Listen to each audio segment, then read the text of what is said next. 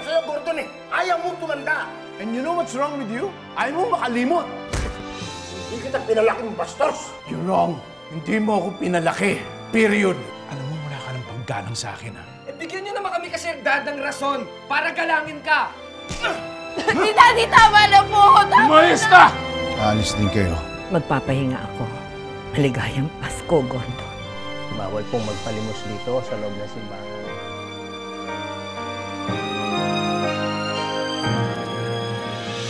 Tulong! Tulungan niyo! Ano po yung father? Buhatin ninyo, dalhin niyo sa kumbento ng mga madre, ha?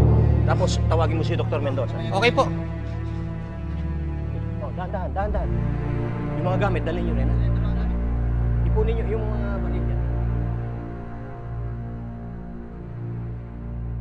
Stephen! Stephen! Ay, Stephen! Nasaan na po ko? Oh, Anong ginagawa niyo rito? Nasaan si Stephen? oo. Nasaan ang apo ko? Wala sila rito. Nako, if I know, kasabwat ka sa pagtatago ng apo ko. Excuse me. How dare you accuse me in my own premises? Naku, wag mo akong i-Englishin, ha? Nasa Pilipinas ka. Nandito kayo sa loob ng pamamahay ko. Baka gusto niyong idemanda ko kayo ng trespassing. Hoy, mamang suplado, yung kapatid mong pagsabihan mo ha, na isoli niya kamo sa akin ng anak ko, kung hindi, idedemanda ko siya ng kidnapping. Yes! Kidnapping, we will demand. Nay, tara na. Yes, let's go.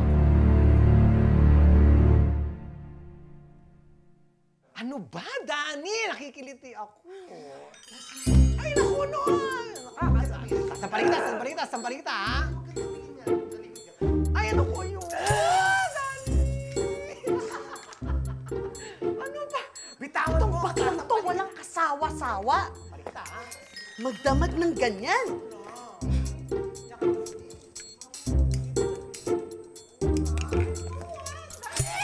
Hoy, ano ba? New Year na! Tigil puto ka na!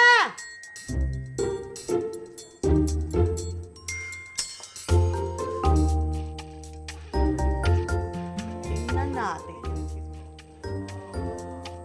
Sa huli, babae rin ang babagsakan mo, Danny Boy. Sige lang, Wanda. Magpakasaya ka lang dyan. Sige lang. Sa huli naman ako magwawagi. Yeah! Irene? Irene? Irene? Umuwi ka na. Hindi makakabuti sa'yo at sa baby natin na lagi ka nandito. Ayoko sa bahay. Lalo mas mapapasama ako doon. Eh, galit nga ako kay Daddy, di ba? Ayoko siya makita. Pero mas mapapalagay yung loob ko pag nasa bahay ka. Kahit gaano kalaki ang galit sa'yo ng daddy mo pa rin siya. Mrs., kailangan niyo na pong umuwi. Pinagbigyan lang kita kagabi kasi Pasko. Pero hindi ka pwedeng mamalagi dito. Bernie. Huwag mo na ako alalahanin. Sige na, umuwi ka na. Babalik ako mamaya. Dadala kita ng pagkain. Ha? Ano ka na?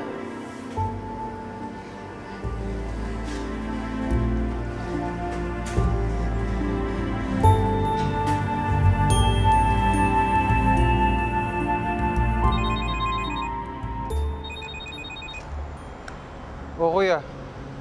Stephen, tarantado ka. Nasaan yung bata? Wala akong choice, no? Kukunin nila si Jopet. Sumugod dito yung nanay ni Jopet. Nagbabanta. Sabi niya, kakasuhan ka daw ng kidnapping. Kidnapping? Eh, bakit? Anak ko naman si Jopet, ah. Eh, pero hindi pa rin kayo kasal ni Aiza. Sa batas, siya pa rin ang may karapatan sa bata. Anong gagawin ko? Ibalik mo na si Jopet sa nanay niya. Heinous crime yung kidnapping, okay? Baka makulong ka niyan habang buhay.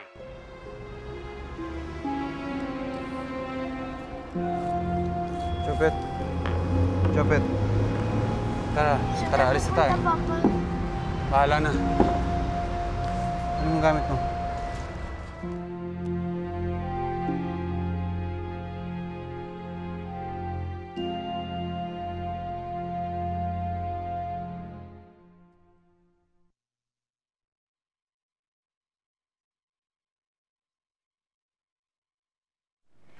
Ayan, gising na siya. Ano pong pangalan nyo? Saan po kayo nakatira?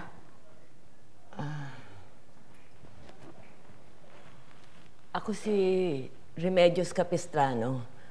Guro ako sa Hagonoy, Bulacan. Baka po dating guro. Nagtuturo ako ngayon. Kailangan ko nang bumalik sa eskwelahan kasi hindi pa sa ulado ng mga estudyante ko yung sayaw na gagawin nila sa pagdalaw ni Pangulong Macapagal. Si Pangulong Gloria. Sinong Gloria? Gloria Macapagal Arroyo po. Diosdado Macapagal. Yon ang Pangulo ng Pilipinas.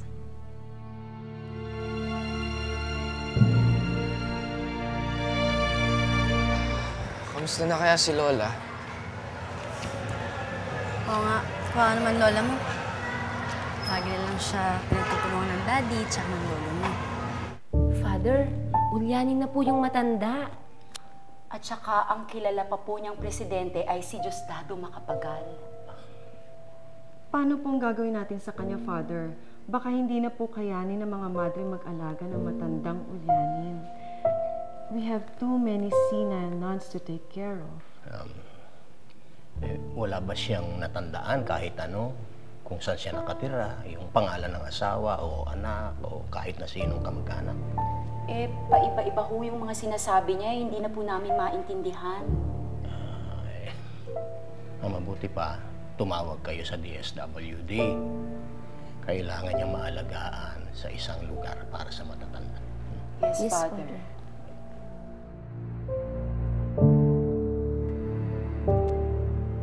Kapag ako yumaman, bibilihan ko si Lola ng malaking bahay.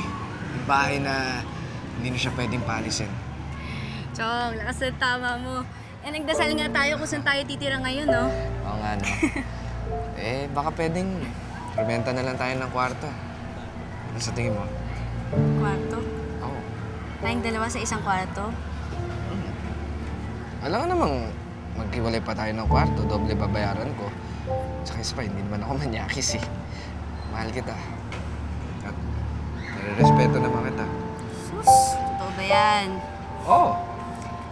Saan ka naman kukuha ng pambayad ng kwartong rerentahan natin? Ano pa ba? Di magtatrabaho. Kailangan kumayod eh. Siyempre, hindi naman pwede na maawa na lang tayo sa sarili natin palagi, di ba? Sige na, simulan natin paghahanap ng kwartong rerentahan natin. Tara! Abby.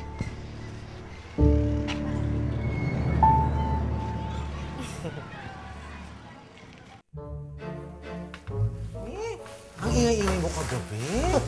Ungol ka ng ungol. Ano ba yun? Hi! Good morning! Handa ng almusal. Kaya? Ang linis. Parang wala ka naman yatang hugasin. Ha? At saka walang amoy, ha? Ay, of course. Malinis talaga ako sa bahay. Ayoko may naiiwang amoy ulam. Sige na, sige. Maupo na kayo, Danny. Upo na. Yan ang aking specialty. Ito? Yes! Gunisa, hotdog, hotdog na maalat. Oo. Kain na, kain na. Specialty dito, parang katsin na makain ko. Sarap? Sarap! Talaga? Babes, wala na ba yung sinaing mong tulingan? Masarap yun sa sinangan, tsaka kamatis eh. Meron pa. Kunin ko. Kunin ko. Alam mo kasi hindi kumakain si Danny ng karne pag almusal. Kunin ko ha. Sige, sige.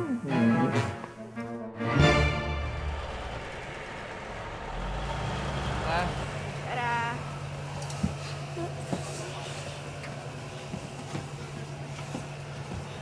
Salamat, bossing.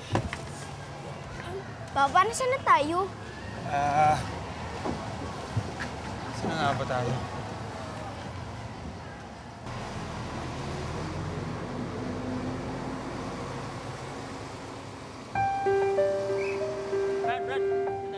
Brad, yung wallet mo, nakalawit, nasa bulsa, makabalaglag yan.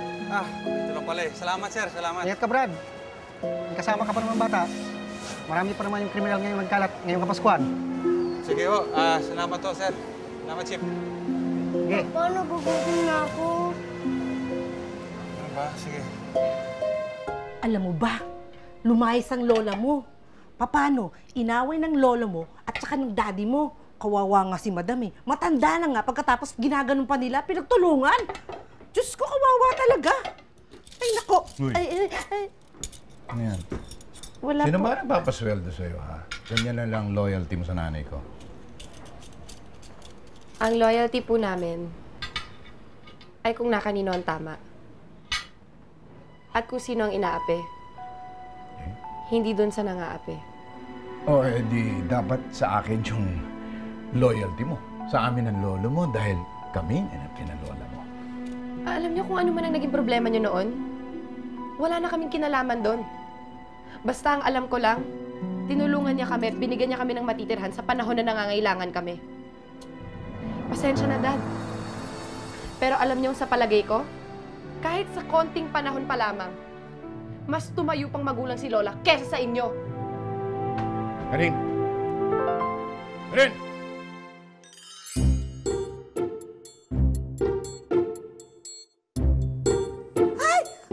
Ano ka ba? Sexy. Huwag naman sa legs, nakikiliti ako eh. Bakit ayaw mo? Gusto ko. Kasi naman ikaw magwawalis ka na. Sexy ka. Ikaw talaga, sabi ko na nga ba, babae pa rin ang gusto mo eh. Oh, siyempre naman. Dani! Dani! Hoy! Ano nangyari dyan? Ay, si tita. Hala! Si tita, masakit yung mga kasukasuan biglang tumumba. Tinutulungan ko ng osteoporosis yata eh. Osteoporosis? Naku! Gusto mo dali ka namin sa ospital? Dali natin sa ospital. Ospital tayo. Hindi. Bibilan mo ako ng rubber shoes sa Tiangge ngayon. Tara na. Paano ito? Ay, hayaan mo na. Di ba sabi mo, bibilan mo ako? Oo. Kasi nasubsob siya eh. Kaya nga maggagatas na ko. O, paano, Feli? Basta ikaw, ingatan mo nga yung sarili mo. Feel at home ka lang dito, ha? Kasi lang kung lamiyada kami ni Papa. Ano ba yung parang tinulak mo? Ewan ko nga. Bilan natin Ikaw? gatas. Bilan natin gatas. Ang gatas mo, bibili mo ng gatas. Buto. Ganun ba yun? Akala ko nagkasundo na ho tayo sa presyo. Mr. and Mrs. Hamilton, this is my father, Pablo Dionisio. How do you do? Hello? Tayo may konting problema. Problem? Well, What problem? we have looked at a house in Batangas, and it's a cute little bungalow, and my wife really likes it. Yes, very nice. Success winner. So, you are not going to buy this house anymore? No more. How much is the price of the property? Oh, 10 million pesos. Same bananas. I will give you this house for 8 million. You can do a lot with an extra 2 million, don't you think? We are not asking for a discount. I know. I am offering you a discount. But why are you making towad? We should be the one making towad. This is very odd, dearie. Something's wrong here, lovey. Nothing is wrong with my offer. I like both of you. You seem like very nice people.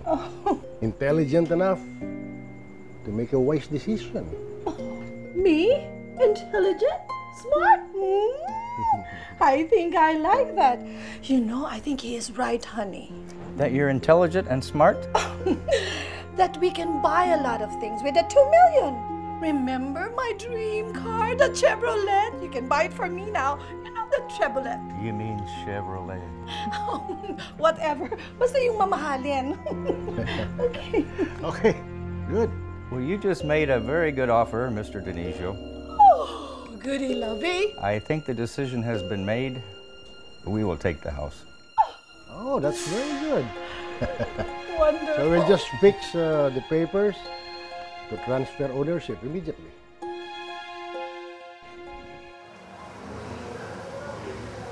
Kamusta ka na? Ikaw nga dapat ang tinatanong ko niyan eh. Ikaw, kamusta ka dyan? Ano ba naman yung mga kasama mo? Parang nakakatakot. Wala ako alalahanin dito. Miss na kita. Pati si Happy, miss ko na rin eh. Asan nga pala si Happy? Ba't hindi mo siya kasama? Ha?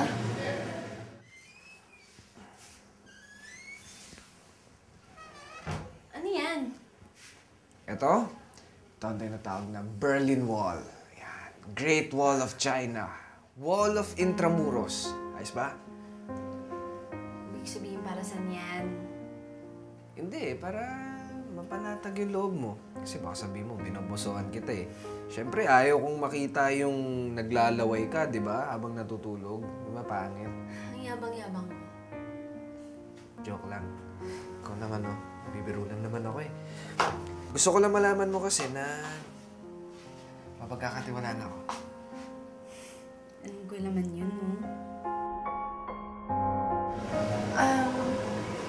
May problema ba? Anong nangyari kay Happy? Hindi, wala problema.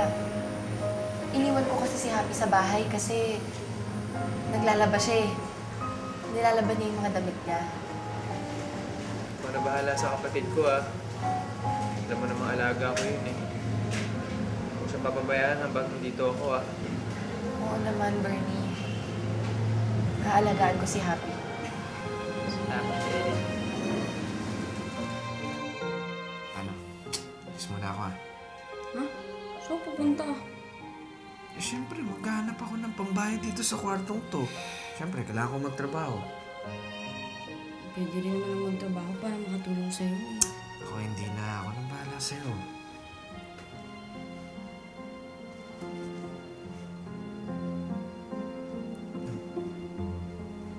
Bakit?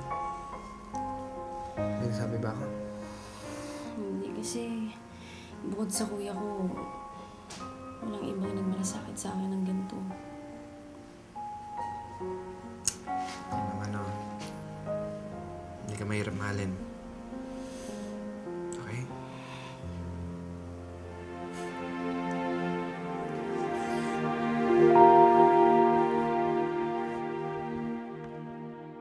Keep safe. Oh, yes. Better safe than sorry. Okay, Cheerio. Cheerio. Tay, medyo nagulat ako dun sa desisyon nyo ah. Bakit? May problema ba sa desisyon ko? Medyo magiging maliit ang hatian natin yan. Ang pagbibenta ko sa bahay nito ay katumbas ng pagtalikod ko sa iyong ina. At sa lahat ng masasamang alaalang nangyari sa bahay nito, kahit ibenta ko ito ng piso, gagawin ko. Mawala lang siya sa landas natin.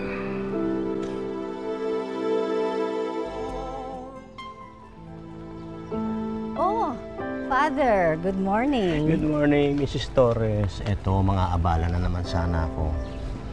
Ito si Nanay Remedios. Iahabilin ko sana siya sa pag-alaga ninyo. Ay, naku. No problem, Father. Alam mo naman, bukas itong center namin para sa lahat ng nangangailangan. Thank you. God bless you. Ay, oo nga pala, yung misa para sa anniversary ng center. Anong oras ba ang pinaplano nyo? Oo, alam mo kasi, siguro, kung kailan kayo pwede. Kasi, ano natin lahat ng staff. Anytime. Free ako for that day. Naku, malapit na pa. Akin to! Hindi! Akin ito! Nanay! Akin ito! Tama na po!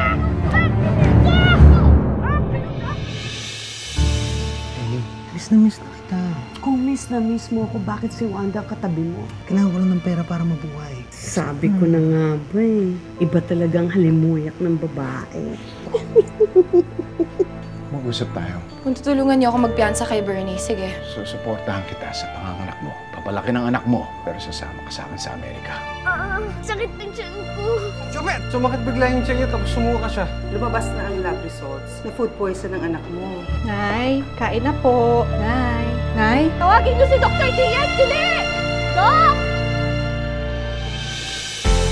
Sana ngayong Pasko ay